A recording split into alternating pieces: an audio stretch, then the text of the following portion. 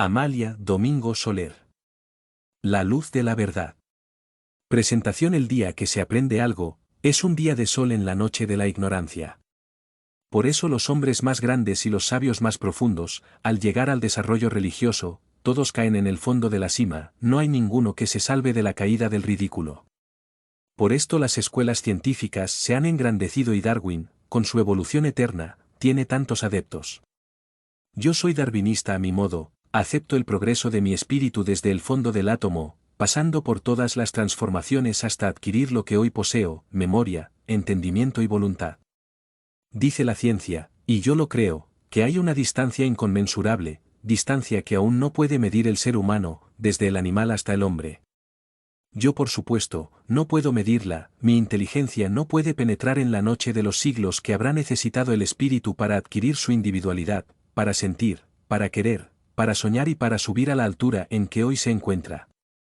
Yo creo en Dios, pero no en los paraísos ganados con dinero, ni en los infiernos con sus penas eternas, no en la primera pareja humana, sino en la evolución incesante de algo que no tiene nombre apropiado en nuestro lenguaje, durante su trabajo de transformación hasta llegar a construirse un aparato que se llama cuerpo humano en este mundo, con el cual el espíritu realiza trabajos asombrosos, haciéndose dueño paulatinamente de su patrimonio, que es inmenso, porque tiene el infinito para progresar. Los espiritistas verdaderos, los que creemos en el progreso del espíritu, en la pluralidad de mundos, y en la pluralidad de existencias del alma, estamos completamente convencidos de que el hombre aún es un ser primitivo en el universo, porque si así no fuese, si nuestro espíritu tuviese más lucidez, tendríamos más ternura en nuestro corazón, y no estaríamos obligados a vivir en un mundo, donde aún se paga a un hombre para que a sangre fría mate a sus semejantes. Nos creemos muy pequeños cuando aún somos obligados a vivir en un planeta tan inferior. No nos creemos sabios los espiritistas, pero estamos muy agradecidos a la providencia divina porque hemos visto un rayo de luz, porque sabemos y estamos convencidos que Dios da a cada uno según sus obras. El espiritismo no ha venido a pronunciar la última palabra ni en ciencia ni en religión. Resistirá siempre a sus opositores, y las humanidades verán que es religioso y racionalista. Seguirá encontrando dificultades y avanzará entre ellas, pero no se detendrá, seguirá a través de los siglos su eterno viaje. El espiritismo no quiere catedrales ni riquezas, ni poder, solo quiere el progreso en todas las esferas sociales. También anuncia que Dios es el Padre de todos los seres vivientes, es la bondad infinita y la justicia absoluta, y que ninguno de sus hijos serán jamás excluidos de su amorosa providencia. Creemos que Dios no exige que el hombre profese una determinada religión, sino que sea humilde y bueno, y sobre todo que ame a su prójimo como a sí mismo.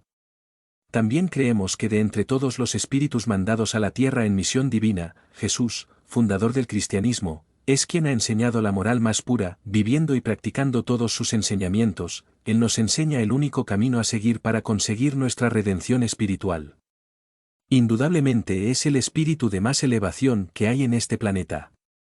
El espiritismo nos dice que fuera de la caridad no hay salvación, aconseja al hombre que estudie, que no se conforme con la aparente muerte del cuerpo, que la vida continúa más allá de la tumba, que el espíritu siente, piensa y quiere, sin perder en el transcurso de los milenios su eterna individualidad.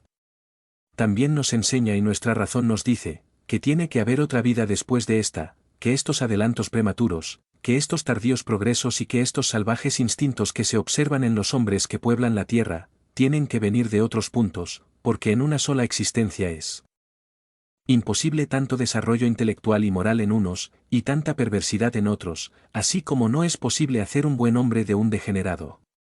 Algo tiene que haber en nosotros que sobreviva al cuerpo, porque si no fuese así, como consecuencia lógica se negaría la existencia de Dios. Por esto encontramos en esa naturaleza divina, la verdadera causa de todas las cosas que en la naturaleza vemos continuamente reproducidas. ¿Qué desarmonía existe entre las verdades científicas y las fábulas religiosas? Por esto en el espiritismo, que es el racionalismo religioso, encontramos algo más grande y más convincente de acuerdo con el progreso indefinido de la humanidad y la omnipotencia de Dios. Estamos convencidos que los grandes sufrimientos son el resultado de los grandes crímenes y la creación es un libro en blanco en cuyas páginas vamos escribiendo nuestras historias a través de innumerables siglos, y siempre al final de cada página vemos escritos con caracteres luminosos una palabra que dice, continuará. La religión nació con el hombre y el hombre nació con la religión, pero dueño el espíritu de su libre albedrío, cuando entró de lleno en la vida, cuando abandonó las selvas, formó la tribu y levantó viviendas, cuando las pasiones se despertaron en su pecho y la codicia hizo nido en su corazón, entonces la religión íntima, la religión del alma fue una carga muy pesada para él. La voz de la conciencia no dejaba dormir al hombre, y él no podía renunciar a sus placeres y ambiciones, entonces fue cuando los hombres crearon religiones apropiadas a sus deseos y necesidades, con un Dios al parecer de paz, pero un Dios pequeño que se contenta con ofrendas de más o menos valía. Las religiones son un tamiz hecho a gusto de los hombres, por el cual pasan las debilidades y los crímenes, según conviene para la explotación de la vida. La religión verdadera cuenta con pocos adeptos y el Dios de la justicia no tiene muchos adoradores. Religión no es cuestión de nombre, es cuestión de práctica y la práctica del bien. Pueden hacerla todos los habitantes de este planeta, sea cual fuere su creencia y el ídolo de su fe. Es necesario trabajar en el perfeccionamiento propio, y al mismo tiempo en el ajeno. Es necesario amar para ser amado, compadecer para ser compadecido y ser generoso para encontrar hospitalidad. La ley de Dios no es más que una, cada cual recoge la cosecha que se merece, la injusticia no existe, Dios es lo exacto, el llanto se hizo en la tierra para regar la senda de la expiación, para el alma que desea saber, nunca la verdad está oculta, y vale más llorar conociendo que reír sin conocer, vale más un consuelo que una fortuna, la fortuna embriaga, el consuelo fortalece, y un consuelo encontrarás estudiando el espiritismo, porque verás la luz del pasado entre las densas brumas del presente. Los espíritus nos dicen, ¿por qué el ciego perdió la luz de sus ojos? ¿Por qué se quedó el tullido sin agilidad en sus miembros y por qué el idiota carece de inteligencia? Esta ley eterna de la investigación y del trabajo, es la gran riqueza del espíritu, porque no hay tarea estéril ni análisis inútil, todas las obras realizadas quedan acumuladas para ir formando su historia, y poder claramente distinguir el trigo de la cizaña. El espíritu viene a este planeta a trabajar, a luchar, a cumplir su misión o a sufrir la penalidad de una horrible expiación, y las leyes de Dios son inmutables. El universo es una escuela eterna, el juicio final no llegará nunca para los espíritus, estos reunirán los huesos del pasado para formar con ellos el progreso del futuro. Dios es la última expresión matemática y la última cantidad nadie podrá escribirla porque no hay números suficientes. Dios es la eterna incógnita del más allá. Para acabar, quiero dar las gracias una vez más a este espíritu de luz, que me ha inspirado para que yo desde mi pequeñez fuese el instrumento de la mayor campaña divulgativa realizada hasta ahora, para dar a conocer en España y en todos los países de América sus escritos, verdadero tesoro de luz que nuestra querida Amalia nos dejó para que fuesen publicados en su debido momento y de forma gratuita para que pudiesen llegar a las manos de los más necesitados. Me siento inmensamente feliz, porque en medio de mi expiación he podido ser útil a una fracción de la humanidad, la más necesitada de instrucción, educación y consuelo. Amalia, espíritu amigo, te quiero y te estaré eternamente agradecido por todo el bien que me has proporcionado. Que Dios te siga iluminando y que a mí me conceda un día, la felicidad de verte y abrazarte. José Aniorte Alcaraz. Introducción. Cómo practicar la mediumnidad. Los médiums han recibido de Dios un don gratuito, que consiste en ser los intérpretes de los espíritus para la instrucción de los hombres, para enseñarles el camino del bien y conducirles a la fe y no para vender palabras que no les pertenecen, porque no son producto de sus conocimientos ni de sus investigaciones, ni de su trabajo personal. Dios quiere que la luz llegue a todo el mundo y no quiere que el más pobre quede desheredado y pueda decir, no. Tengo fe porque no he podido pagarla. Por esta razón la mediumnidad no es un privilegio, es un compromiso y se halla en todas partes, y el que la desvía de su objetivo principal, asume una gran responsabilidad. El que conozca un poco las condiciones en que se comunican los buenos espíritus, debe saber que ellos se alejan con mucha facilidad de todo aquel que tiene un interés particular, siendo egoísta y orgulloso. Los espíritus superiores no están a disposición del primero que los llame, para que ellos se manifiesten. Tiene que haber una razón seria y sobre todo que el medium reúna las cualidades necesarias, la humildad es la más importante de todas ellas. Hay mediums que convencidos de su superioridad dicen, yo no cobro ni acepto nada por ejercer mi facultad, sin darse cuenta de que están cobrando un precio muy alto a través del orgullo y la vanidad, disimulados por una falsa humildad. Los espíritus ligeros, mentirosos, traviesos y toda la corte de espíritus inferiores, muy poco escrupulosos, vienen siempre a responder y están dispuestos para todo lo que se les pregunte, sin que les dé ningún cuidado mentir. Muchas veces abusan de la credulidad y buena fe de los médiums que por falta de cultura espírita, aceptan cualquier manifestación por increíble que ésta sea. Estos espíritus toman sin ningún reparo nombres venerados como, el de Jesús, la Virgen, los apóstoles y el de esos espíritus de gran elevación que dirigen el movimiento espírita mundial. Cuando consiguen engañar a uno de estos médiums o entorpecer el trabajo de algún centro, gozan y se ríen sin ningún respeto, disfrutando por haber conseguido su objetivo. Dios permite que esto suceda para poner a prueba nuestra humildad y nuestra capacidad de pensar y distinguir lo correcto de lo incorrecto. Deberíamos preguntarnos, ¿qué méritos tengo yo para que un espíritu de gran elevación venga a comunicarse conmigo? ¿Qué trabajo importante estoy yo realizando para que éste me dedique su tiempo? ¿Qué mensaje pueden transmitirme que no esté en esos cientos de buenos libros espíritas que ya están publicados? Y por fin, ¿por qué esos médiums conocidos mundialmente por su elevación y por la importancia del trabajo que realizan dentro del mundo espírita, no reciben esas comunicaciones, y si las voy a recibir yo? El buen sentido me dice que debo rechazarlas, y Allan Kardec nos dice, no os dejéis engañar, es mejor rechazar 9 verdades que aceptar una mentira. La primera condición para ser un buen médium, es como ya hemos dicho, la humildad, consagración, abnegación y el desinterés moral y material más absoluto. Al lado de la cuestión moral se presenta una consideración afectiva, no menos importante, que tiene relación con la misma naturaleza de la facultad. La mediumnidad seria no puede ser nunca una profesión, porque sería desacreditada moralmente y muy pronto, similar a la de los que dicen la buenaventura. La mediumnidad curativa es una de las más elevadas y el médium de cura, solo transmite el fluido de los buenos espíritus, y por lo tanto no tiene derecho a venderlo ni hacer mal uso de este fluido. El médico tiene su carrera, conseguida con unos estudios, que ha realizado con muchos sacrificios, a menudo muy penosos, por lo que puede poner precio a sus facultades para vivir de ellas. Los espíritus no vienen a competir con los médicos, no quieren quitarles su trabajo ni su forma de vida. Los médiums de cura deben utilizar su facultad para enfermos desahuciados por la ciencia médica o aquellos otros que no tienen posibilidades de ser tratados por ella. Así, pues, el que no tenga de qué vivir, que busque recursos por otra parte y no en la mediumnidad, que dedique a este ejercicio solo el tiempo que tenga disponible, después de haber realizado el trabajo material necesario para vivir. Los buenos espíritus ya tomarán en cuenta su dedicación y sacrificios, mientras que se retirarán de todos los que hacen de esta facultad un medio para vivir o engrandecerse.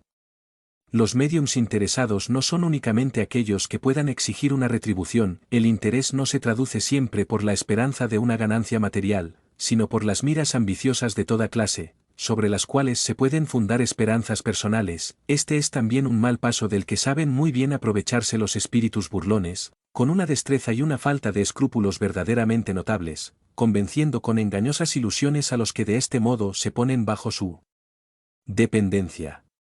En resumen, la mediumnidad es una facultad dada para el bien, y los buenos espíritus se alejan de cualquiera que pretenda utilizarla para conseguir cualquier cosa que no esté de acuerdo con la voluntad de Dios. El egoísmo es una plaga de esta humanidad, y los buenos espíritus la combaten. Esto es tan racional que sería inútil insistir más sobre este punto. José Añorte Alcaraz. Prólogo 1.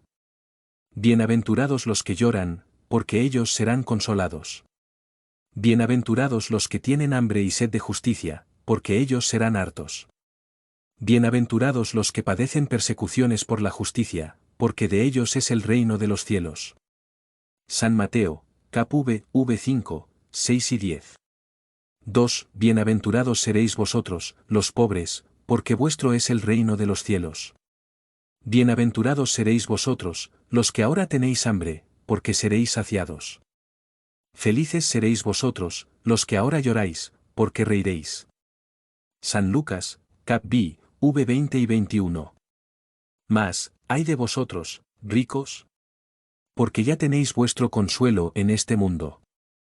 Ay de vosotros, los que ahora estáis saciados, porque tendréis hambre. Ay de vosotros, los que ahora reís, Porque seréis reducidos al llanto y a las lágrimas. San Lucas, cap. v. 24 y 25.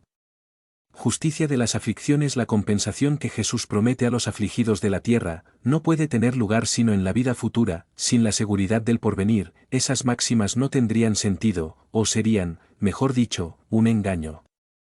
Aún con esta certeza difícilmente se comprende la utilidad de sufrir para ser feliz. Se dice que se hace para tener más mérito, pero entonces se pregunta uno, ¿por qué los unos sufren más que los otros? ¿Por qué los unos nacen en la miseria y los otros en la opulencia, sin haber hecho nada para justificar esta posición? ¿Por qué a los unos nada les sale bien, mientras a los otros todo parece sonreírles? Pero lo que aún se comprende menos es el ver los bienes y los males tan desigualmente distribuidos entre el vicio y la virtud, y ver a los hombres virtuosos sufrir al lado de los malos que prosperan. La fe en el porvenir puede consolar y hacer que se tenga paciencia, pero no explica esas anomalías que parecen desmentir la justicia de Dios. Sin embargo, desde que se admite a Dios no se le puede concebir sin que sea infinito en perfecciones, debe ser todo poder, todo justicia, todo bondad, sin lo cual no sería Dios. Si Dios es soberanamente bueno y justo, no puede obrar por capricho ni con parcialidad. Las vicisitudes de la vida tienen, pues, una causa, y puesto que Dios es justo, esta causa debe ser justa. Todos deben penetrarse de esto. Dios ha puesto a los hombres en el camino que conduce a esta causa por medio de la enseñanza de Jesús, y juzgándoles hoy en buena disposición para comprenderla, se revela completa por medio del espiritismo, es decir, por la voz de los espíritus. Las vicisitudes de la vida son de dos clases, o si se quiere, tiene dos orígenes muy diferentes que conviene distinguir, las una tienen la causa en la vida presente, y las otras fuera de esta vida. Remontándonos al origen de los males terrestres, se reconocerá que muchos son la consecuencia natural del carácter y de la conducta de aquellos que lo sufren. ¿Cuántos hombres caen por su propia falta? ¿Cuántos son víctimas de su imprevisión, de su orgullo y de su ambición? ¿Cuántas personas arruinadas por la falta de orden, de perseverancia o por no haber sabido limitar sus deseos? ¿Cuántas uniones infelices, porque solo son cálculo del interés o de la vanidad, y en las que nada entra el corazón? ¿Cuántas disensiones y querellas funestas se hubieran podido evitar con más moderación y menos susceptibilidad? ¿Cuántos males y enfermedades son consecuencia de la intemperancia y de los excesos de todas clases? ¿Cuántos padres son desgraciados por sus hijos porque no combatieron las malas tendencias de estos en su principio? Por debilidad o indiferencia han dejado desarrollar en ellos los gérmenes del orgullo, del egoísmo y de la torpe vanidad que secan el corazón, y más tarde, recogiendo lo que sembraron, se admiran y se afligen de su falta de diferencia y de su ingratitud. Pregunten fríamente a conciencia a todos aquellos que tienen herido el corazón por las vicisitudes y desengaños de la vida, remóntense paso a paso al origen de los males que les afligen, y verán como casi siempre podrán decirse, si yo hubiese o no hubiese hecho tal cosa, no me encontraría en tal posición. ¿A quién debe, pues, culparse de todas estas aflicciones, sino a sí mismo? Así es como el hombre, en gran número de casos, es hacedor de sus propios infortunios, pero en vez de reconocerlo, encuentra más sencillo y menos humillante para su vanidad acusar a la suerte, a la providencia, a la falta de oportunidades, a su mala estrella, siendo así que la mala estrella es su incuria. Los males de esta clase seguramente forman un contingente muy notable en las vicisitudes de la vida, pero el hombre los evitará cuando trabaje para su mejoramiento moral tanto como para su mejoramiento intelectual. La ley humana alcanza ciertas faltas y las castiga, el condenado puede, pues, decir que sufre la consecuencia de lo que ha hecho, pero la ley no alcanza ni puede alcanzar a todas las faltas, castiga más especialmente aquellas que causan perjuicio a la sociedad y no aquellas que solo dañan a los que las cometen. Sin embargo, Dios quiere el progreso de todas las criaturas, por esto no deja impune ningún desvío del camino recto, no hay una sola falta, por ligera que sea, una sola infección a su ley, que no tenga consecuencias forzosas e inevitables, más o menos desagradables, de donde se sigue que, tanto en las cosas pequeñas como en las grandes, el hombre es siempre castigado por donde ha pecado. Los sufrimientos, que son su consecuencia, le advierten de que ha obrado mal, le sirven de experiencia, le hacen sentir la diferencia del bien y del mal y la necesidad de mejorarse para evitar en lo sucesivo, lo que ha sido para el origen de pesares, sin esto no hubiera tenido ningún motivo para corregirse, confiando en la impunidad, retardaría su adelanto, y por consiguiente su felicidad futura. Pero la experiencia viene un poco tarde, cuando la vida está gastada y turbada, cuando las fuerzas están debilitadas y cuando el mal no tiene remedio. Entonces el hombre se pone a decir, si al principio de la vida hubiese sabido lo que sé ahora, ¿cuántos pasos falsos hubiera evitado? Si tuviera que recomenzar, me conduciría de muy distinto modo, pero ya no hay tiempo. Así como el operario perezoso dice, he perdido mi día, él también dice, he perdido mi vida, pero así como para el obrero el sol sale al día siguiente y empieza un nuevo día que le permite reparar el tiempo perdido, también para él, después de la noche de la tumba, resplandecerá el sol de una nueva vida en la que podrá valerle la experiencia del pasado y sus buenas resoluciones para el porvenir. Pero si bien hay males cuya primera causa es el hombre en esta vida, hay otras a los que es extraño enteramente, al menos en apariencia, y que parecen herirle como por una fatalidad. Tales, por ejemplo, la pérdida de los seres queridos y de los que son el sostén de la familia, tales son también los accidentes que ninguna previsión puede evitar, los reveses de la fortuna que burlan todas las medidas de la prudencia, las plagas naturales, las dolencias de nacimiento, particularmente aquellas que quitan al infeliz los medios de ganarse la vida con su trabajo, las deformidades, el idiotismo, la imbecilidad, etc. Los que nacen en semejante condiciones, seguramente no han hecho nada en esta vida para merecer una suerte tan triste, sin compensación y que no podían evitar, que están en la imposibilidad de cambiarla por sí mismo y que les deja a merced de la conmiseración.